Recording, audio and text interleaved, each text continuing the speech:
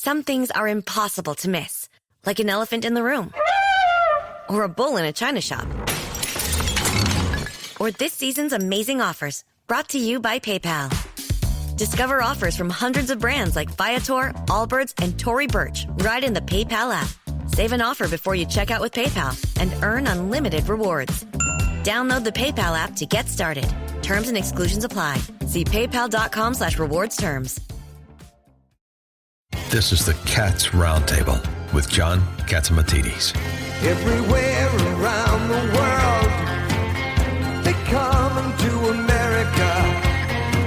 Every time that flag's unfurled, they come to America. Good morning, New York. This is the Cats Roundtable. John Catsimatidis here Sunday morning. Memorial Day weekend. We have John Terrett gives us a financial report. Dr. Mitchell Katz of the Health and Hospital Company tell us about psychiatric problems in New York City. Karen Meal wrote a book about Dennis Meal. Vito Fasella, the borough president of Staten Island. Congressman Nick LaLota from Suffolk County. Jesse Arm with the Manhattan Institute. Let's go to New Jersey. Christine Hanlon, she's the GOP chair there. Angelo Vivolo, Columbus Heritage Foundation, and Steve Fulop from the New York City Partnership. And let's start off the show with Michael Stoller on Real Estate Report.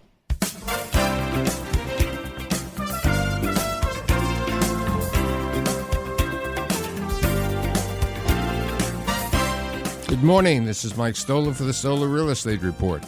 What's happening in Brooklyn? It's a place of the five boroughs that has seen most of the activity next to Manhattan. So today I have an individual who is exclusively involved in the real estate and the investment sales in Brooklyn. I have Dan Marks, who's the CEO of Terra CRG. Thanks. So how's the guy from Chicago become a Brooklynite? You know, like anything else, you spend enough time somewhere, you get to know it. And I've been now in the Brooklyn market for 15 years. And when you just focus on one market, you really get to know it inside and out. And that's really our motto at Terra CRG, is really focusing only on the Brooklyn market. So, you know, we have to pay attention to everything that's going on in the investment sales world and what's impacting the investment sales on a day-to-day basis. So what's happening today? The quarter is over. Mm-hmm. It's been a good quarter, correct? It's been a great quarter. We just released our first quarter market report, and all metrics are up. So I think what's interesting here is this: the first quarter was $2.2 billion in total dollar volume. If you remember back in 2010, the entire year in Brooklyn was a $1 billion market. This quarter alone, we'd more than doubled that. There's only been 10 quarters over $2 billion since 2016. So we are trending ahead of our 10-year average, both in dollar volume and transaction volume, and that's a really positive sign. So I think it's safe to say that Brooklyn continues to be an extremely hot market, and it's doing very well. So we started with Williamsburg, then we went to Greenpoint, then we went to Gowanus. So which is the next area we're going? I mean, take your pick. Every neighborhood has its own level of booming that's happening. I would say that Crown Heights is probably the next major market to keep a very close eye on. That's why all. Crown Heights? So the city council passed a rezoning called AIM-UP. That was the Atlantic Avenue mixed-use rezoning that happened, that extends basically from near the Barclays Center along Atlantic Avenue, hugging Bed-Stuy and Crown Heights, and then extends a little bit further down into Crown Heights, just south of Atlantic Avenue. And that is going to be Gowanus 2.0. If you go into Gowanus right now. Yeah. What is Gowanus 2.1? Or 1.0? What 1.0? Gowanus 1.0, if you haven't had a chance to get there and you're active in this market, you just want to see what a massive neighborhood development change happening all at once, go walk that neighborhood. It is absolutely shocking. When I started focusing on Gowanus, 15 years ago, it was all low-rise warehouses. Now, just in the last 2 years, the amount of housing, there's been 1,500 units already delivered just in the past 2 years. There's another couple thousand already in the pipeline right now. Mostly rental or mostly combination of rental and condominiums? Almost all rental. And that's because in these rezoned areas, it's mandatory inclusionary housing, which is another way of saying you have to build affordable housing. And it's really hard. On-site or off-site? It's all on-site. It's all on site, mixed in with the units, same lobbies, same amenities, same everything. And what percentage has to be affordable? Generally 20%. So 80-20, but then there's different affordability requirements depending on what you're looking to do. So the city of Yes did allow for additional density in these projects. You just have to make the units even a little bit more affordable. So, but the Gowanus is, most of those projects are being done under the previous tax abatement program, not under 485X. Okay, what about my favorite topic, which we always talk about, Coney Island? Yeah. So my team's been lucky enough to, we're working on a large 400,000 square foot development site in Coney Island, right near the baseball stadium right there. And, we're close to finalizing a deal there with a developer. That's going to be a residential development site. How many units? Hard to say. 400,000 square feet is going to be a lot of units. It just depends. Again, we have 485X requirements, so I'm not exactly sure what they'll end up putting there. But, the downstate casino license was not awarded to the Coney Island market. And then last time I was here last April, I was advocating for it, and I thought it was just, it's America's playground. It's the best location for gaming and a good spot for it. And unfortunately, they just didn't win. They just didn't win approval there. So it'll be interesting to see what happens. There's a lot of property down there that was going to go in that direction that isn't. So I think that's something to pay attention to as we move forward into this year. So what's the best market for the emerging 2026-27 in Brooklyn? This Crown Heights rezoning, I think, is going to be transformative. I think there's still a lot of property owners still learning about what this rezoning means, and it should unlock some new development opportunities. With that will come a lot of housing. Following that will come a lot of retail, and that neighborhood is really going to change dramatically. Right what about Midwood? I mean, Midwood continues to be a very strong residential market. There's a lot of major real estate players that own in that neighborhood, but it's very, very insular, very community driven. That part of Brooklyn is almost more suburban than it is urban. Okay, last question. What about East New York? East New York, again, thanks to the rezoning, is continuing to get new development, mostly affordable housing development. My partner Ofer Cohen and his team over at Atlantis just got a huge rezoning passed over by Broadway Junction. That's going to bring a massive amount of housing and office and commercial over there. So I think the key here is that you'll notice the neighborhoods that we've been talking about all went through major rezonings. When the city steps in and they recognize the need, the private developers and the private money comes in and the people come in. You build it, they will fill it. That we've seen that time and time again in Brooklyn. I've been in this market 15 years, and every year it seems like more and more development is happening. There's just not enough. And I'd like to thank Dan Marks for being here today. Thank you, Mike. The Cats Roundtable. With us today is a good friend, Karen Meal. Karen has a new book, and congratulations, Karen. Thank you, John. Tell us about the new book and why you wrote it. This is my first novel, my first entry into the literary world. I started over the pandemic. I was looking for something to do, as many were who had to close their businesses.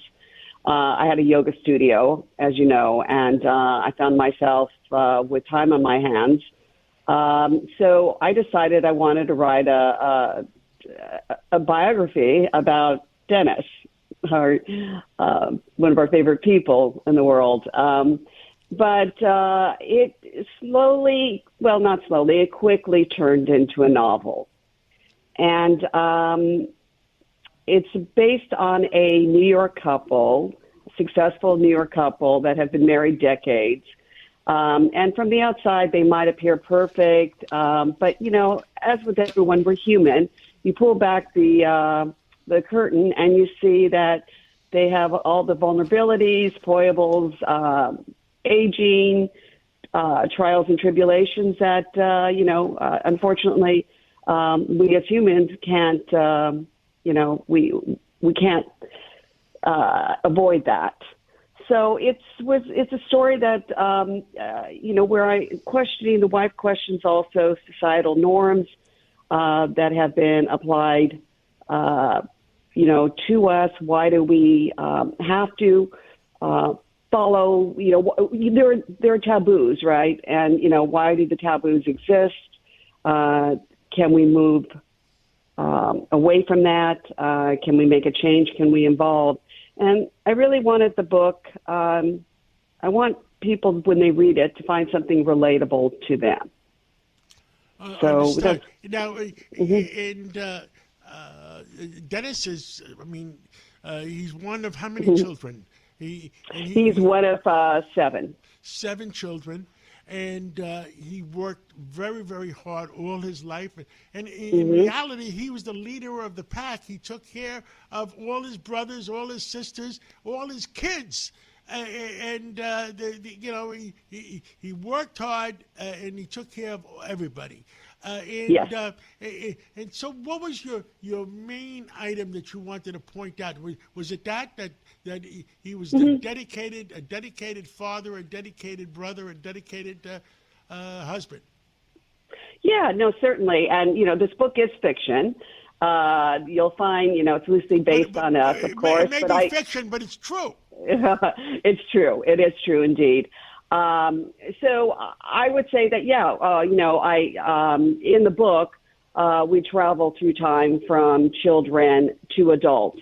How did we achieve the success? And if we were talking about my husband, certainly, coming as you, John,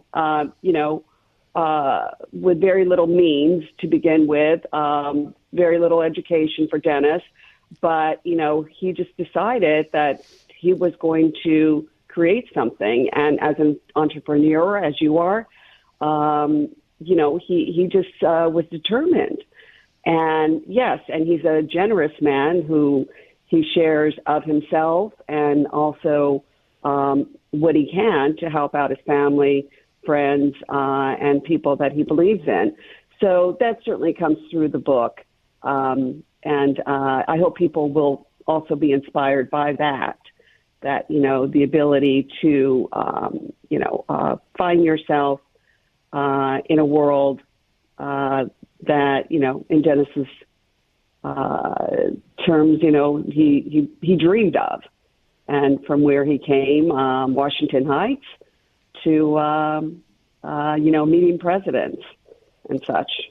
And he was and he became very high up in the Democratic National Committee and knew almost every Democratic president, and almost every Democratic congressman came to him, and Democratic senators came to him for advice. And I don't understand. All that is very, very true, because I know Dennis for 50 years, or 40 years, 50, yes. Almost 50. In what part is fiction? Well, you'll have to read it, and then you'll find out. I'm not going to give away. I still have problems. Do we have an audio edition? There is no audio edition. There has to be one, because I still have problems with my left eye, and I can't read well. But I think they should make an audio edition for all the people that can't read well. I will do that. I promise you I will do that. And tell us where we can buy the book. So you can buy the book on Amazon. You can buy it on Goodreads. It's in the airports. You might find it in a local bookstore, but it's online. And the published date is June 2nd, so it's right around the corner. And I think it's a nice summer read, and I hope people find something. The name of the book. We're missing the name of the book. So the book is called Teetering, and it goes back to everything I explained, how we all walk a tightrope in life, how we all try to find balance. And it's challenging. And so that's where we started off, earlier before the interview, having your family, your friends surrounding you to help you if you fall. Teetering, Teetering, and on Amazon. And the author is Karen Miel, Mehiel. Karen, look forward to giving you a book party in New York with our people, with our friends, and maybe in the Hamptons too. But thank you so much. Thank you so much, and we'll talk again real soon. Thank you. Okay. Thank you for listening to the Cats Roundtable. We'll be right back right after this break. No one goes to Hank's for his spreadsheets. They go for a darn good pizza. Lately, though, the shop's been quiet, so Hank decides to bring back the $1 slice. He asks Copilot in Microsoft Excel to look at his sales and costs and help him see if he can afford it. Copilot shows Hank where the money's going and which little extras make the dollar slice work. Now Hank's has a line out the door. Hank makes the pizza, Copilot handles the spreadsheets. Learn more at m365copilot.com/work. Starting a business can seem like a daunting task, unless you have a partner like Shopify. They have the tools you need to start and grow your business. From designing a website to marketing to selling and beyond, Shopify can help with everything you need. There's a reason millions of companies like Mattel, Heinz, and Allbirds continue to trust and use them. With Shopify on your side, turn your big business idea into... Sign up for your $1 per month trial at shopify.com/special offer. Welcome back to the Cats Roundtable.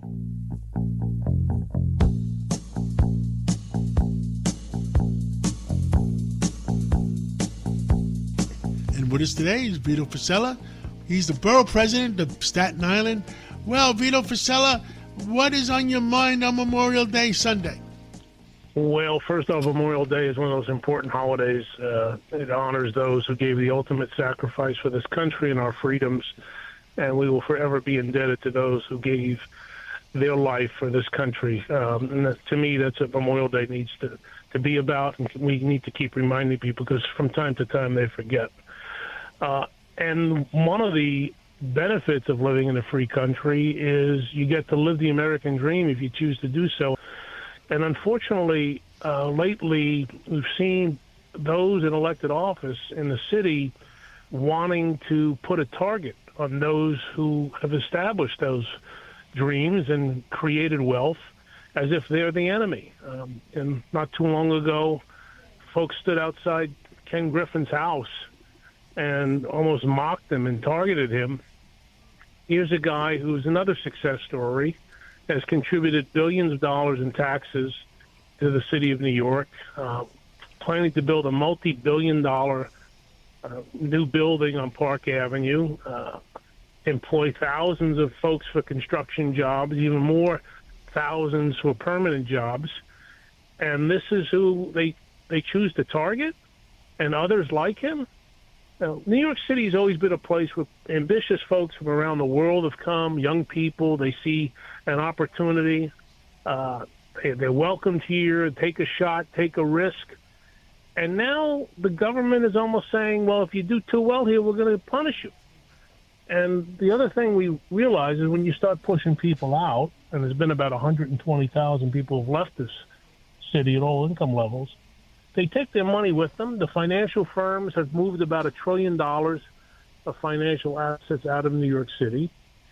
And the people who get hurt the most are the ones who need those services, and the most vulnerable, the wealthy, can just pick up and leave. Well, capital is mobile. COVID proved one solid thing, that you can go anywhere and still make money.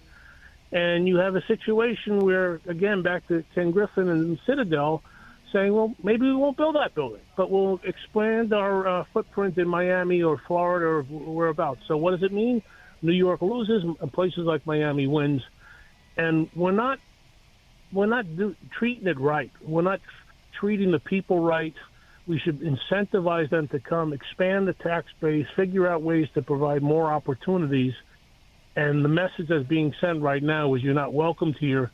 If anything, you're the problem, you're not the solution. And that's not what the message that New York sent to a zillion immigrants have come in since the 1900s.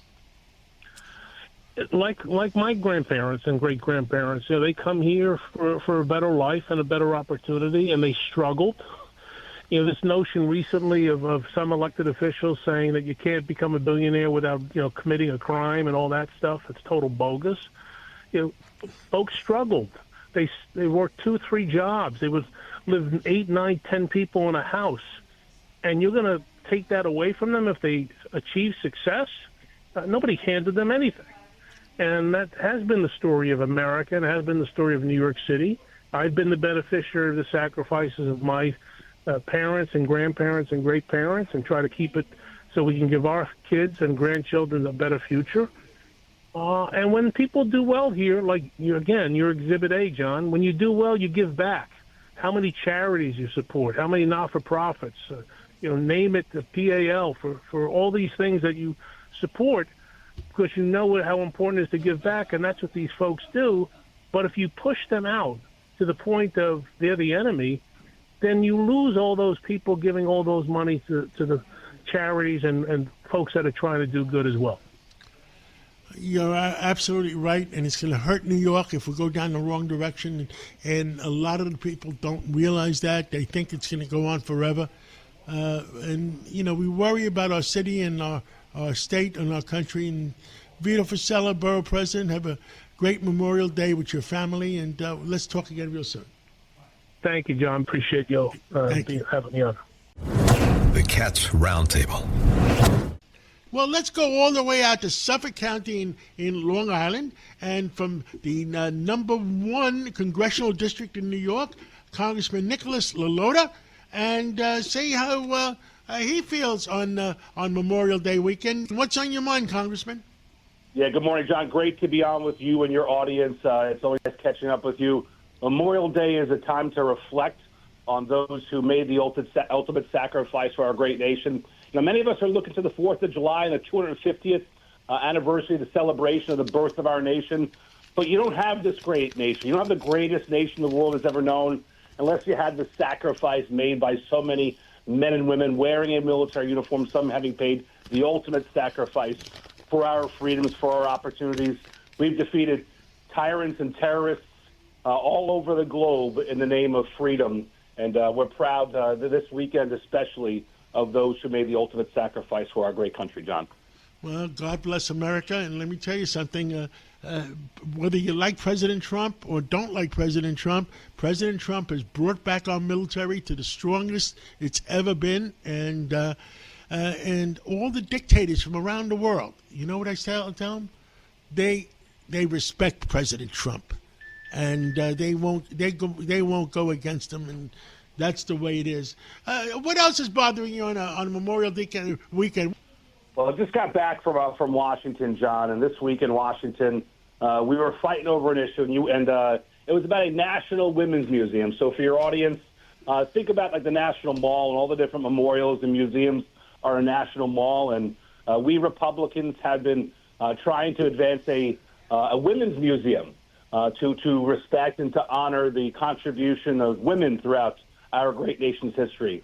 And our Democrat friends oppose it, not because of the location, not because of how much it might cost or how long it may take to construct. You know what they oppose on it, John? The fact that Republicans are requiring that only biological women are to be honored at this museum, that we're not going to have folks who are men and pretend to be women honor this museum. And that is at the point which a lot of Democrats are opposing this initiative, a very good initiative on. It's frustrating, John. I'm the father of 3 daughters. My girls are 16, 14, 11. I want to make sure that their opportunities, both in high school sports and college sports, God bless if they play them, I want to make sure their opportunities are protected. And a women's museum should go towards the women, John. And it's frustrating to see some of my friends from the other side of the aisle think a lot differently on this. Well, that is the right thing to do. I'm a father of a daughter, and she and a son. Daughters are tougher to raise. I mean, 3 daughters is a tough thing. You got your hands full. I joke around a little bit, John, that I may have a vote on trillions of dollars of spending. But I'm married to a powerful woman. I have 3 strong, independent young daughters. I'm the 5th ranking guy in my own house, John. Because you get to use the bathroom last. Yeah, and God bless. That's how it should be. We love our family. We love our girls. And they should be honored, and they should have a museum, ultimately, John. I believe that. It's a common sense thing. And I believe there's got to be some common sense between Republicans and Democrats to have common sense. We want a women's museum. I know my old friend that used to be Carolyn Maloney that was on the east side of Manhattan. She wanted a women's museum, but it's got to be common sense. We have to, this is the United States of America, and we need more common sense. Thank you so much. Thanks, John. With us today is Jesse Arms. He's with the Manhattan Institute, and he's the one that fills us in what's going on in New York. Well, Jesse, give us an update on Memorial Day weekend. John, happy Memorial Day weekend. It's great to be back with you again. This week I'm actually bringing you an update not from New York City and not from New York State, but around the country. And this is really a lesson because we had elections on Tuesday. And the big takeaway is that Donald Trump's endorsement and the work of his political operation still means a whole heck of a lot. And we learned that in Kentucky's 4th District, which was the most expensive congressional primary race in American history, Donald Trump's team came out, the MAGA political operation came out in full force, and they took out a guy by the name of Thomas Massie, who is a congressman from Kentucky who has been a signature vote against the Trump administration on key questions relating to funding ICE and Border Patrol, relating to funding men and women's sports, and a whole bunch of other issues. He's a big-time anti-Israel guy, big sort of a isolationist when it comes to foreign policy. But the voters in Kentucky said they didn't want any more of that, and they elected President Trump's endorsee, who is running more in line with this administration on those key questions and more. And that's what a lot of folks around the country are talking about this week. Well, President Trump had a big, big victory, and it looks like he's going to have a bigger victory. It looks like maybe we have peace in Hormuz, but we'll know sooner or later. Tell us, what else are we making progress in the world? I think we're making progress in the world, John. The blockade in the Strait of Hormuz seems to be working effectively. The Deputy Attorney General, Todd Blanche, came out yesterday and announced that the Castro regime in Cuba is going to be held to account for their crimes against the United States. Secretary of Marco Rubio came and spoke on that as well. So with President Trump at the helm, America is really asserting its dominance on the world stage. The projections about the extent to which gas prices would rise at the outset of this Iran war have proven wrong.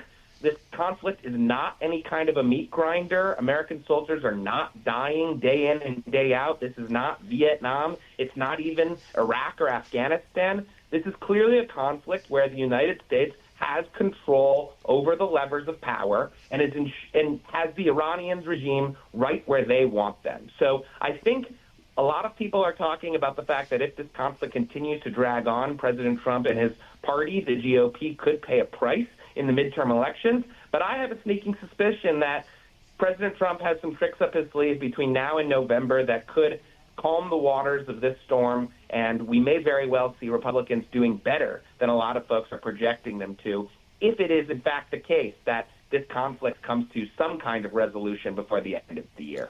Understood. Now, we live in New York City and New York State. What the heck is going on there? Well, the big stories in New York City and New York State revolve around budget negotiations, right? We just saw some good news, some welcome news, that a proposal to levy a new tax on all cash real estate transactions over $1 million in New York City is likely to be dropped from the New York State budget. That'll make doing business in this state and make the economic climate a little bit better. So that's some progress in the right direction. And I think Governor Hochul actually also deserves some plaudits for how she's holding firm in this situation with the Long Island Railroad Union. This is obviously a contentious matter, and some Republicans are crosswise of the governor and her team. Also, some progressives are quite crosswise of the governor and her team. They feel the union is not being treated adequately. But the truth is that some of these workers are the most highest paid relative to any other kind of related transit position anywhere in the country. They're doing well, and we'll have to see where this goes. It's a bit of a standoff, but the governor is holding firm. Understood. Anything else you want to tell the American people? I think coming up on Memorial Day of the 250th anniversary of these United States, I just want to say that we do have a conflict in the Middle East that is ongoing, and it's important to, while we're having our hot dogs and hamburgers and hanging out by the pool this weekend, we want to ensure that we're remembering why we're off this Monday. And we appreciate all of the service members who have put their lives on the line to protect this country. And it's important amid all of the celebrations to remember that, especially as we're celebrating 250 years of the United States of America. So that will be in my mind all weekend as well. Well, have a great Memorial Day weekend, and we hope for America gets back to normal, and God bless you, God bless America, and let's hope for a better summer. Thank you so much. God bless America. Thanks for having me, John. Thank you. Thank you for listening to the Cats Roundtable. We'll be right back right after this break. Adobe Firefly is the all-in-one creative studio with AI-powered image and video editing for today's creative process. Built for creators of every kind, Firefly helps you generate, edit, and experiment fast. Because the asks aren't getting smaller, the budgets aren't getting bigger, and the timelines, oh yeah, still tight. With all the best creative AI models in one place, Firefly brings your ideas to life. Unlock a better way to make with Adobe Firefly. Welcome back to the Cats Roundtable.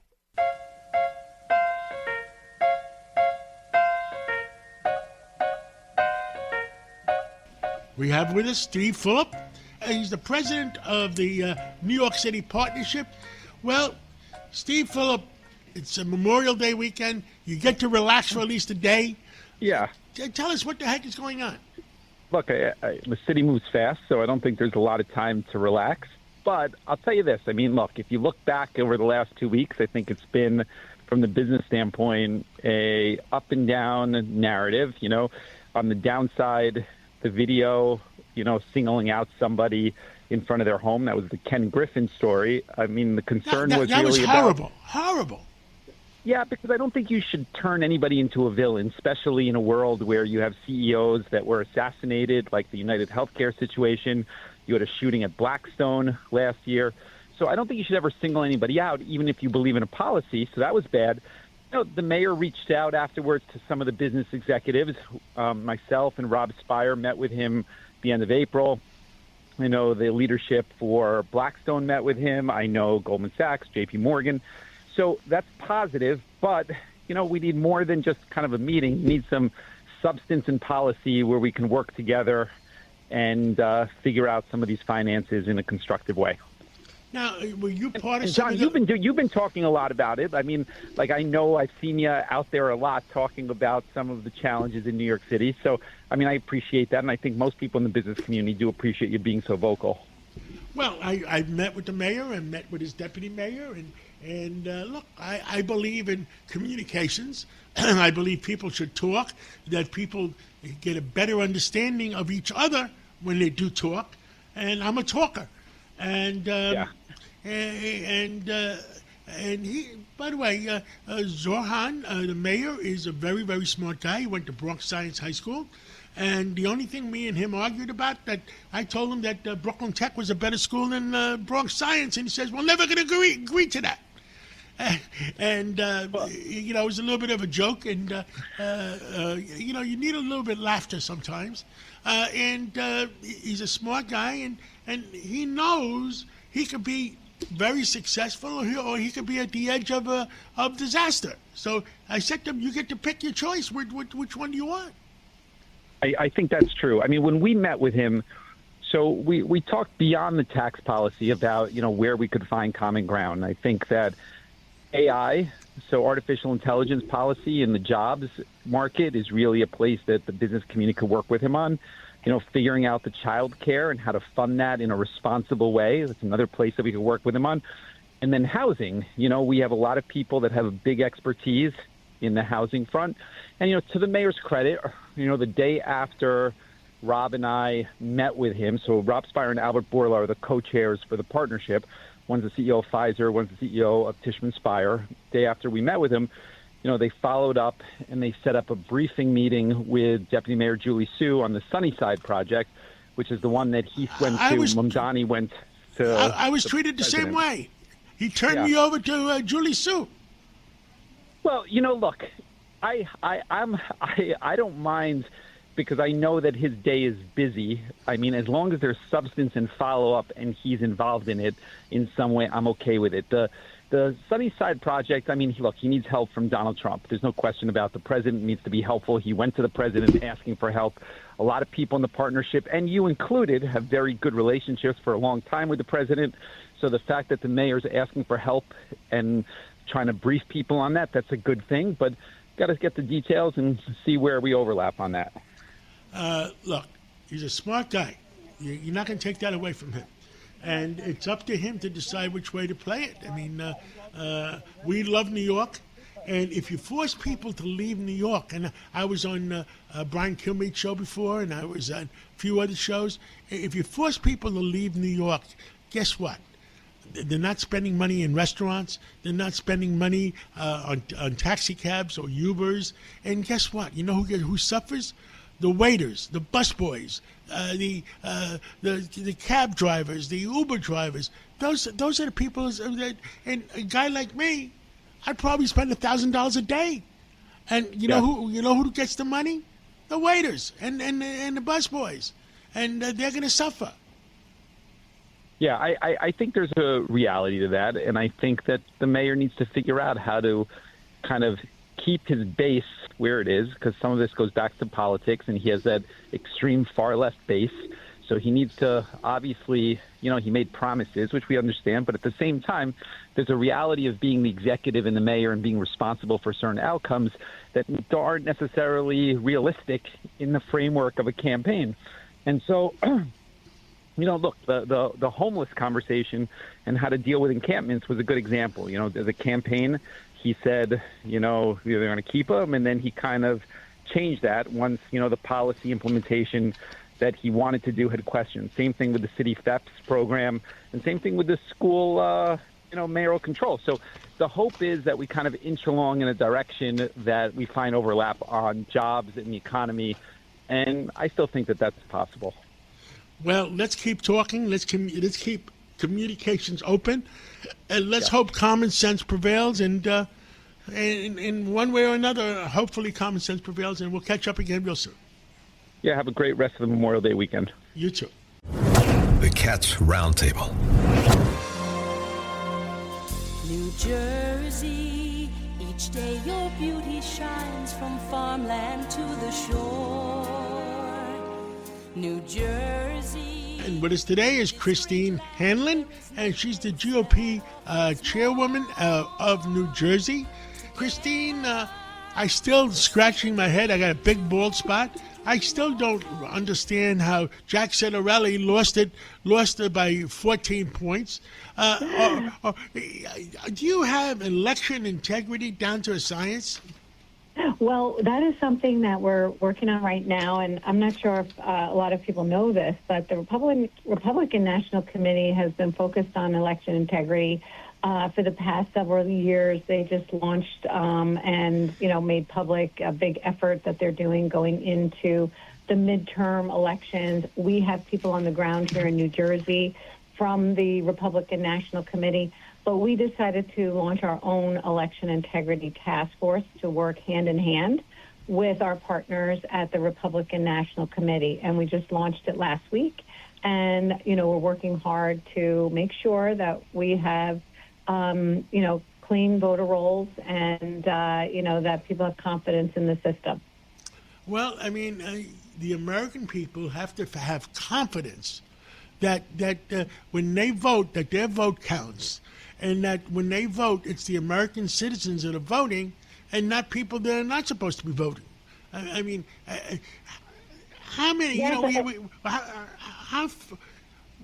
the heck are we? What do you think? I mean, I'm asking your opinion. You know what's interesting, and one of the reasons why, we started thinking about this was, just recently we had an indictment announced by the U.S. Attorney's Office, prosecuting 4 non-citizens who were voting in federal elections in New Jersey.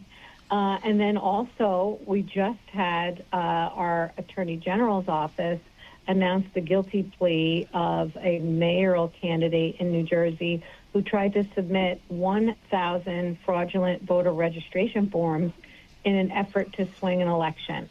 So, it's just important that we look at these things and we try to ensure that things are being done the right way. And I'm an election official, so it's really important to me to make sure that the elections have integrity. I have to tell you something. Last week or the week before, I had, and he's originally from Brooklyn, we had Senator Norm Coleman. And our host, Sid Rosenberg, that's his first cousin, and he was the U.S. Senator in Minnesota. And when he ran the last election he ran, he won. 9 months later, they found some votes someplace, and he lost by 300 votes. I mean, I can't believe it. Oh 9 months later. It is Minnesota. It is Minnesota. So, I mean, at what point do we straighten out all this nonsense?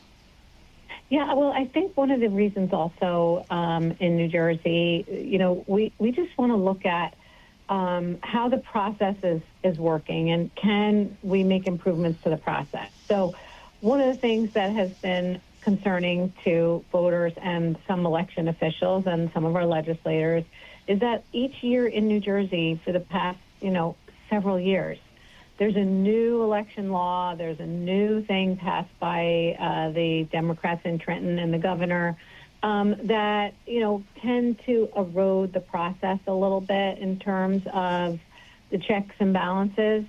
So you have to really look at those things and say, hey, is this where we want to be? Should we reform this particular policy or a law so that, we can tighten up the system a little bit?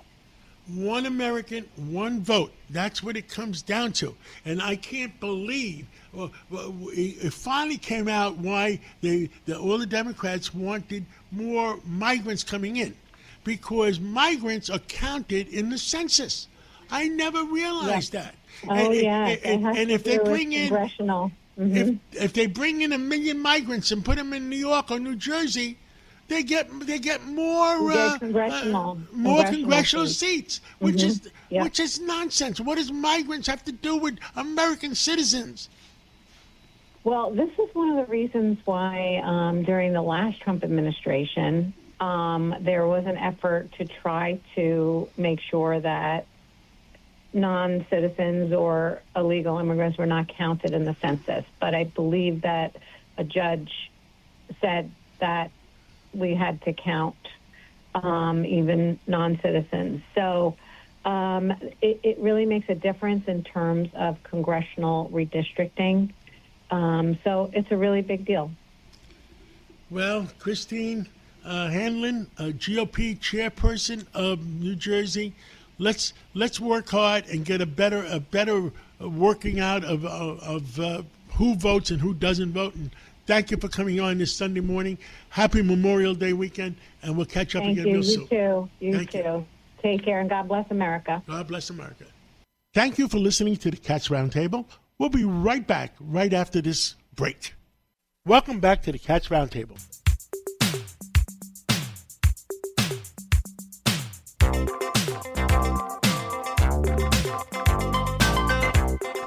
With us today is Dr. Mitchell Katz, and he is the president and CEO of the New York City Health and Hospitals. We're going into the summer. What do we have to worry about the most? Well, boy, the national news is not very good. You have a terrible Ebola outbreak in the Congo. We have hantavirus on a cruise ship, and we have a bunch of people about to lose their health insurance when they can't afford it because of subsidies going away. So it's been a difficult couple of weeks. Now, you're also worried about the psychiatric people in places like Bellevue. And at one time, there were like 28,000 in Bellevue-type institutions in New York City, and now there are only about 8,000. Where are the rest of these people, and do we have to worry walking around our streets? Well, John, you know that there was a big movement for deinstitutionalization. State facilities were closed across the country, and when they were closed, the promise was that there were going to be created smaller residential facilities, halfway houses, places where people could get their care. But it turned out that the state institutions were closed and nothing else was created for people. So we have very few alternatives for people who are suffering, whether they're suffering from mental illness or they're suffering from addiction. Judges and others have very few alternatives on how to help those people. Understood. So right now there are people that there is no room in Bellevue-type institutions, and I guess they get left out in the streets? They get left out at home? Is that what it is? Well, I think the problem begins with the idea that the people can only be held if they are at risk to themselves or to others. So that's a fairly narrow criteria, and that's the criteria that enables you to hold someone against their will. What we need are other options. So, I mean, we did Health and Hospitals developed a bridge to home, very successful, 50 people. We're able to provide them with nursing and medical care. It's not a hospital, but it's been a very successful place for people who are suffering from mental illness. Mental illness is a chronic problem. It gets better and worse. People are better when they take their medicines, but you can imagine that if you're homeless, you might well lose those medicines. You might well be under a lot of stress because you have no place to sleep. It just makes the mental illness worse. We need other alternatives. They're not going to be hospitals because the laws are very narrow about who can be held against their will. But that doesn't mean we shouldn't create places that are good places for people with serious mental illness. The judges are letting out people that are going out and committing other crimes. Are they mostly psychiatric, or what do you think? Well, I mean, it's all. I mean, there are three reasons, right, that people could commit a crime. They could have a mental illness and be hearing a devil's voice saying, "Kill John." They could have no mental illness, but they're high, and the substances are telling them, hurt John. Or they could just be evil. We can never rule out evil. Anyone who's read the novels of P.D. James knows that evil lurks in the soul of many people. So I don't want to say everybody who commits a crime is not necessarily mentally ill. In fact, the mentally ill are usually preyed upon, not the people who commit crimes. But the issue is, what is the alternative? I think judges don't like to send people to Rikers because that tends to only make things worse. But they lack other alternatives, and that's what I think we need. We need places that are not Rikers, that are not the hospital, but where people can get treatments, where their medicines are kept for them so that they're not lost. And we have examples of that, but this country has never invested in that particular realm. What else should we be doing to have a better summer? Exercise more. We believe that movement is medicine. And the properties of exercise, you don't have to go to a gym. You could just walk a great deal more. But the properties of exercise are really amazing, and they have no side effects. So, I'm a big one on everybody needs to move more. Dr. Katz, thank you so much for coming on this Sunday morning. And let's keep talking because I think we could be very valuable to our listeners and very valuable to all New Yorkers. Thank you so much. I love your show, John. Thank you so much. You. The Katz Roundtable. And with us today is Angelo Vivolo, and he is with the Columbus Heritage Foundation. Angelo, what do we do to make sure the city survives and the state survives? Well, John, first, thank you for allowing me to be here with you. I mean, number one, if people had what you always talk about, common sense, we wouldn't be in this situation today with the kind of government that we're facing, especially here in New York City. Look, we both love New York City. We both hope it thrives. But under the present leadership, I have my doubts. We're chasing people out of the city, important people who can support the city, and that's really unfortunate. So that's something that the only way we can change that is by voting next time around the right way, and hopefully people will wake up and they will realize that there needs to be change and they need to use common sense. Well, I don't understand. I think there was the perfect storm. Andrew Cuomo was running, and Curtis Lewa was running, and Eric Adams is running, and Zohan Mamdani. And I guess it was a perfect storm. Absolutely. You are absolutely correct. And Unfortunately, I was happy to support Andrew Cuomo. I thought he would have been an excellent mayor. And unfortunately, I think we took it for granted that Zohar Mamdani had a shot, to be honest with you. Quite frankly, I thought, who is this guy? And his views, his socialist views, are just not what the city needs, the state needs, or this country. So, God willing, things will change. People will realize, especially a lot of the things that he's promised cannot ever come to fruition. So, look, I hope. Now, you talk to a lot of people. Yes. When you talk to them, what are they saying to you? Well, even his supporters are telling me about their disappointment. So, we'll see. John, I know in your heart you really have this city, as do I, and we hope for a successful mayor. But unfortunately, under this leadership, I just don't see it. Talking about leadership, next week, I know you're on the 26th, you're having my dear friend Tom DiNapoli at the PAL luncheon. Unfortunately, I'm going to miss it. But I just want to say there's a guy who has integrity, honesty, has no agenda except do the best and the right thing for New York State. So I'm hoping that the people support him. He's a common sense guy. I know Tom DiNapoli for 30 years, maybe even longer, and he's always been a common sense guy, and he's going to give us the state of the state and let us know where we are. I mean, the stock market is at 50,000, and let's see where we're going. I mean, I feel good about the markets being high. Now the interest rates have to come down, and we have to end the war.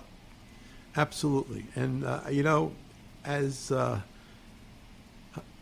Americans, as citizens of the greatest country in the world, in my view, we have to support what the president's doing because of the future of the world, let alone the future of the country. Angelo Vivolo and the Columbus Heritage Coalition, thank you for everything you do and putting all our friends together to row the boat in the same direction all the time. God bless you. God bless America. And I hope you're going to Italy because I miss that Italian food. Absolutely. That's where I'm going next week. But God bless you, John, for all that you do, and my dear friend Margot. God bless the two of you. Thank you.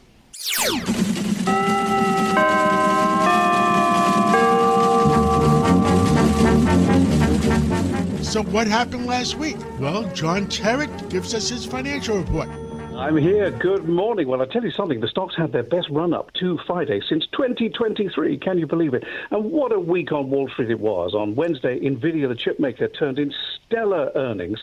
The thing that matters with them only is that they have demand and that they can meet that demand. And Wall Street is not too sure. Now, the stock was down about 2% when the earnings come out. But it usually does go down, strangely enough, in NVIDIA's case. Jensen Huang, the boss, says that there's plenty of supply and demand, and Wall Street is just not sure whether it's sustainable or not, so it's one to watch. I do think NVIDIA was overlooked a bit by SpaceX and OpenAI announcing their IPOs. Let's look at them briefly. SpaceX plumbing for June the 12th. Goldman Sachs in the lead. The other four big banks in New York as well are there, plus many banks around the world. They want to raise $75 to $80 billion, and if it all goes well, it will turn Elon Musk into the first ever trillionaire. There's never been an individual trillionaire before, and Elon Musk will be it. Now, there are questions about who will be the CEO. Will Elon Musk do it? Will he run both companies? Will he merge with Tesla one day? All of these things. But the big selling point for SpaceX is that their rockets are very reliable, and Musk is talking about data centers in space, and that's the big thing, apparently. Now, Elon Musk is not always very lucky. He lost a court case this week against OpenAI and Sam Altman in California. He sued them because he said, and remember, he was involved in OpenAI, the ChatGPT people in the early days. He sued them because he said they'd gone back on a promise to always remain as a non-profit. Unfortunately for Musk, the jury tossed the case because he filed the paperwork too late. And then the very next day, OpenAI comes out and says, aha, we're going to have an IPO now. I think they were waiting for the court case to be settled. Goldman Sachs and Morgan Stanley take the lead. On Friday, we had the 17th chairman of the central bank sworn in, Kevin Warsh, of course. Clarence Thomas, the Supreme Court justice, did it. President Trump, of course, was there at the White House and said that Kevin Warsh should remain totally independent and do your job, said the president. One of the things he's going to do is reform the central bank, so we'll see how that pans out. Quickly, the cryptocurrency story of the week looks like the Clarity Act, which is this all-enveloping act for all cryptocurrency transactions in America, will be pushed back now, a delayed floor vote in the Senate, mainly because the Senate went home last week, as you saw in the news. And, John, this week, tomorrow is Memorial Day, so we remember the fallen and the military. Stock exchanges closed in New York. Later in the week, earnings come from the membership club Costco, Dell Computers, good old Michael Dell still going strong, and the Dow component Salesforce. John. Thank you, John Terrett, and we'll catch up again next week. Thank you. See you next Sunday. Happy Memorial Day. The Cats Roundtable. If you ever miss a segment or want to hear it again, go to WABCRadio.com, go to podcasts, go to minicast, and play back your favorite segment. Thank you for being with us for the Cats Roundtable Local Edition, the #1 show on Sunday mornings in New York. Keep listening to us for the Cats Roundtable National Edition between 9 o'clock and 10 o'clock, so we'll be back to you in a few minutes after the news.